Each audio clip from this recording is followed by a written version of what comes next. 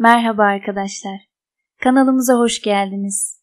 Hikayeye geçmeden önce kanalımıza abone olmayı ve bu tarz hikayelerin devamı için videoyu beğenip yorum atmayı unutmayın. Keyifli dinlemeler. Öncelikle kendimi tanıtayım. Ben Emel. Davutlu köyünden değilim. Ama bir akrabamızı ziyarete gittiğimizde yaşadığım olaylardan bahsetmek istedim.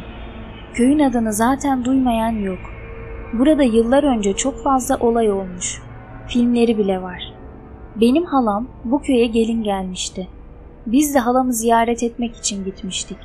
Yani köyle doğrudan bir bağlantım yok. Annem, ben ve babam üçümüz bir haftalığına halamın yanına gittik. Halam çok sıcakkanlı bir insandı. Daha beni kapıda görür görmez koşup sarıldı. Çok içten ve samimiydi. Eniştem de dünya iyisi bir insandı. Zaten onlar çok özledikleri için bizi davet etmişlerdi. Halama ve enişteme sarıldım hemen. İçeri girdik. Halam bir sürü şey hazırlamış. Eniştem de sevdiğimi bildiği için mantar toplamıştı. Biraz oturup yemeklerimizi yedik. Köy çok güzeldi. Annemler daha önce gelmişti ama ben ilk kez geliyordum. Halamlarla sohbet ettik. Onlar köyden, biz de şehirden bahsedip durduk. Sonra halam, bizim karşıdaki komşunun torunu da gelmiş. Adı Gamze. Onunla tanışırsın yarın. Hem sıkılmazsın dedi. Ben de tabii olur dedim. Burası çok güzel olsa da bir hafta yalnız geçmezdi. Yol yorgunu olduğumuz için o gün erken yattık. Ertesi gün horoz sesleriyle uyandım. Burnuma mis gibi kokular geliyordu. Yüzümü yıkayıp mutfağa girdim. Dışarı çıktım. Evin yan tarafında bitişik olarak tandır vardı. Tandırdan sesler geliyordu. Ben de oraya gittim. Baktım eniştem ve halam burada. Halam erkenden kalkmış. Bizim için çörek yapıyor. Günaydın kuzum. Uyusaydın biraz daha dedi. Köyün havası iyi uyutur insanı. Şehirde bulamazsın bu rahatlığı deyip güldü. Doğru söylüyorsun hala deyip ben de güldüm. Az sonra annemler de kalktı. Beraber sofrayı hazırladık. Kahvaltı yaparken halam pencereyi göstererek bak dedi, Gamze orada, çıkmış dışarı. Kahvaltını güzelce yap, sen de git yanına. Beraber gezin dolaşın dedi. Tamam halacığım dedim. Kahvaltım bitince dışarı çıktım. Gamze kendi evlerinin bahçesinde küçük bir çocukla beraber duruyordu. Gidip tanışacaktım.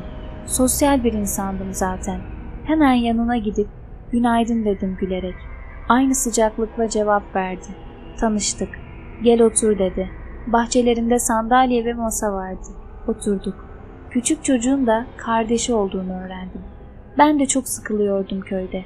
Kardeşime de ben baktığımdan hiçbir yere çıkamıyordum zaten. Çıksam da tek başıma nereye gideceğim dedi. Beraber gezeriz artık. Ben ilk kez geliyorum köye. Gezdirirsin beni dedim. Olur dedi. Bir süre bahçelerinde sohbet ettik. Küçük kardeşini sevdim biraz. Çok sevimli ve akıllıydı. Gamze ben annemlere haber vereyim, sonra da gezelim dedi. Ben de onunla beraber evlerine girdim. Annesi ve anneannesi beni görünce sarıldılar. Köyde herkes çok sıcakkanlıydı. Bir şeyler ikram etmek istediler. Ama ben az önce yedik deyip ikramları kabul etmedim. Zaten çok yemiştim. Kardeşini eve bırakıp köyü gezmek için çıktık. Annem pencereden beni izliyordu. O arada el salladım. O da el salladı. Nereye gideceğimizi bilmiyordum. Nereye götürüyorsun beni dedim gülerek. Dolaşıyoruz işte. Şu ilerideki tepeye doğru çıkalım dedi. Oraya doğru sohbet ederek çıktık. Çıktığımızda köyün her yeri gözüküyordu. Yorulmuştuk. Oturduk biraz. Sağ tarafımızda kalan büyük kayalıklar vardı. Orası ne dedim. Gamze hiç o tarafa bakmadan boş ver, oraya doğru bakma dedi. Ben daha çok merak ettim. Neden ki? Ne var orada dedim. Duymadın mı bu köyün hikayelerini dedi. Ya aslında duydum, biliyorum ama belki yalan da olabilir dedim. Halam yıllardır bu köyde hiçbir şey yaşamadı dedim. Köyün içinde eskisi gibi olaylar yok. Her şey normal ama etrafı için aynı şeyi söyleyemem dedi. Kayalıklar çok yakın değildi. Mesafe vardı arada. Gamze, ben orayı çok merak ediyorum. Hadi gel bakalım dedim. Ben hayatta gelmem. Sen de sakın gitme dedi. Tamam dedim çaresizce. Ama çok meraklanmıştım. Arada bir o tarafa doğru kafamı çevirip bakıyordum. İçimden bir ses gitmem gerektiğini söylüyordu. Bir sessizlik oldu. Gamze dedim, ne yaşanmış bu köyde, biraz anlatsana. Onlar musallat olmuş bu köye dedi. Zamanında kafir olanları dolmuş bu köye. Ölümler, kayıplar, neler neler. Sen o gazetecinin hikayesini duymadın mı dedi. Duydum dedim. İnternette görmüştüm bu haberi. Sen korkmuyor musun peki dedim. Korkuyorum aslında. O yüzden anneannemlerin gitme dediği yerlere gitmiyorum dedi. Sen de gitmesen iyi olur diyerek ekledi. Anladım, tamam, gitmem dedim. Böyle demiştim ama o kayalıklarda ne olduğunu düşünmeden edemiyordum. Sohbetimizin konusunu değiştirdik. Okulumuzdan, hedeflerimizden bahsettik. Gamze iyi bir kızdı. Hemen anlaşabilmiştim. Epey oturduk orada. Sonra tekrar indik köye. Yarın yine görüşürüz deyip ayrıldık. Eve geldim. Yine muhteşem yemekler vardı sofrada. Ellerimi yıkayıp oturdum masaya. Yemeğimizi yerken halam ne yaptınız, nerelere gittiniz dedi. Tepeye çıktık hala dedim. Halam bir an durdu. Kayalıkların oraya mı dedi. Yok, kayalıkların orada değildik dedim. Aman gitmeyin oralara. Allah korusun dedi. Ne oldu hala? Ne var o kayalıklarda dedim. Annem anlamış gibiydi. Hadi kızım, sen yemeğini ye. Acıkmışsındır. Kaç saat oldu kahvaltı edeli dedi. Yemeğimi yemeye devam ettim. Sofrada büyük bir sessizlik vardı. Halamın da korktuğu belliydi. Ama o kayalıklarda ne olmuştu? Acaba orada cin mi görmüşlerdi? Aslında ben de korkuyordum ama bir o kadar da merak ediyordum. Yemeğimizi yiyip sofrayı kaldırdık. O konuyu bir daha hiç açmadım. Zaten tavırları çok netti. Asla konuşmak istemiyorlardı. Başka şeylerden bahsettiler. Halam evin arka tarafına küçük bir bahçe yapmış. Ektiği domatesleri tavuklar yiyormuş. Böyle konulardan konuşuyorlardı. Ben de köyün esrarını çözmeye kararlıydım. Dalıp gittim pencerenin önünde. Annemin sesiyle kendime geldim. Çay koydum kızım. Soğutma, iç hadi dedi. Tekrar masaya doğru döndüm.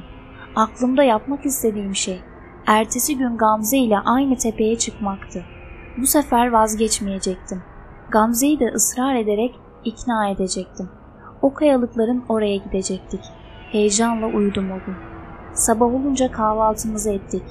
Annem bahçeyi sulayalım, sen de gel dedi. Ben de tamam dedim. Halamın dün bahsettiği küçük bahçeye geldik. Bahçede bir çeşme ve o çeşmeye takılmış bir hortum vardı. Annem açtı çeşmeyi. Bahçeyi sulamaya başladı. Çoğu zaman su da kesik oluyormuş. Fırsat buldukça az da olsa sulama yapıyorlarmış. Ben bir an önce Gamze'nin yanına gitmek istiyordum. Anneme ben biraz sıkıldım, Gamze ile dolaşayım dedim. Halam da tabii gençler sıkılırlar, gezin siz, dikkatli olun ama dedi. Tamam deyip hızlıca Gamze'lere geldim. Gamze'yi dışarı çağırdım. O da geldi. Ne yapalım bugün? İstersen anneannemgilin bahçesine gidelim. Belki meyve falan toplar, götürürsün dedi. Yok canım, benim meyve ile pek aram yok. Dünkü gibi gezelim dedim. Tamam dedi. Ben yine o tepenin yoluna doğru yöneldim. Gamze de yine mi oraya gitmek istiyorsun dedi. Evet ya, manzarası güzeldi. Esiyordu da dedim. İyi peki dedi. Yine tepeye doğru çıkmaya başladık. Çıkış yolu epey kötüydü. Dikkatli olmam gerekiyordu. Yoksa aşağı doğru yuvarlanabilirdim. Ben de pek alışık olmadığımdan zorlanarak çıkıyordum. Ara ara ayağım kayıyordu.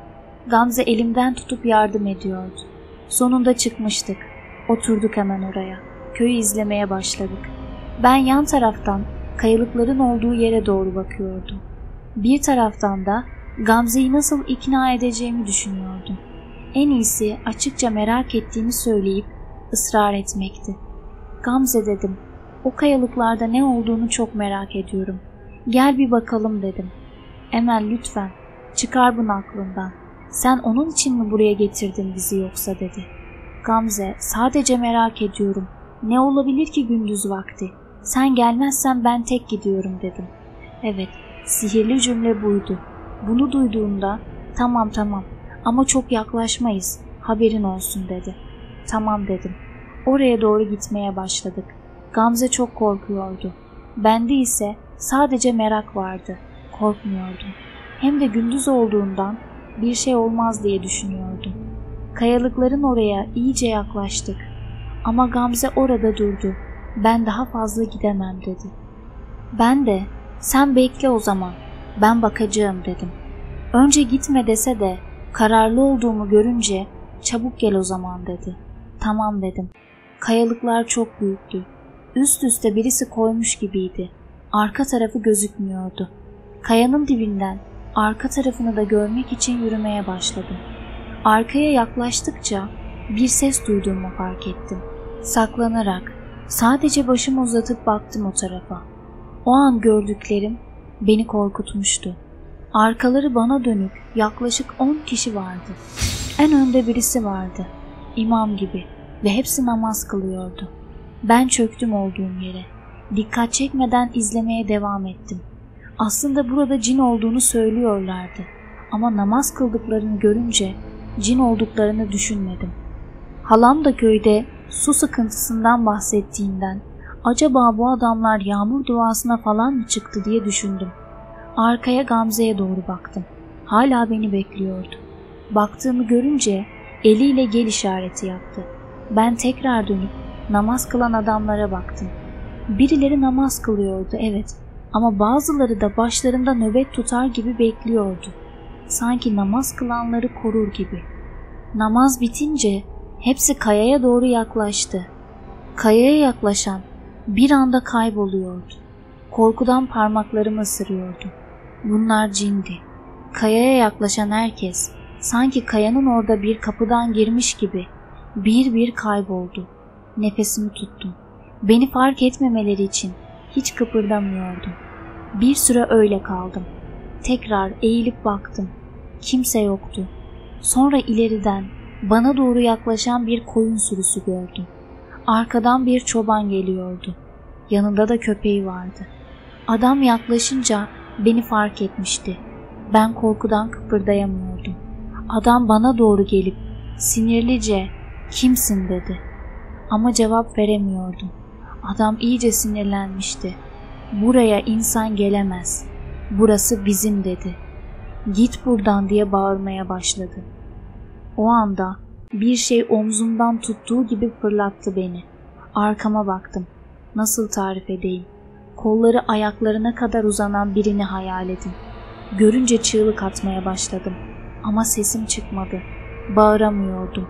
Elim sanki yere çivilenmişti. Hareket ettiremiyordum.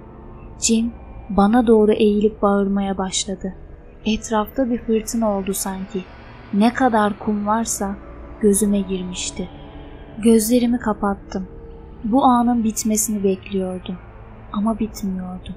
İlk kez kendimi ölüme bu kadar yakın hissetmiştim. Ses kesilince gözlerimi yavaş yavaş açtım. İçindeki kumlar hala batıyordu. Etrafa baktım. Hiç bilmediğim bir yerdeydim.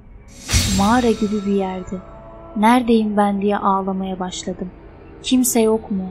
Yardım edin. Gamze neredesin diye bağırdım. Ama kimse yoktu.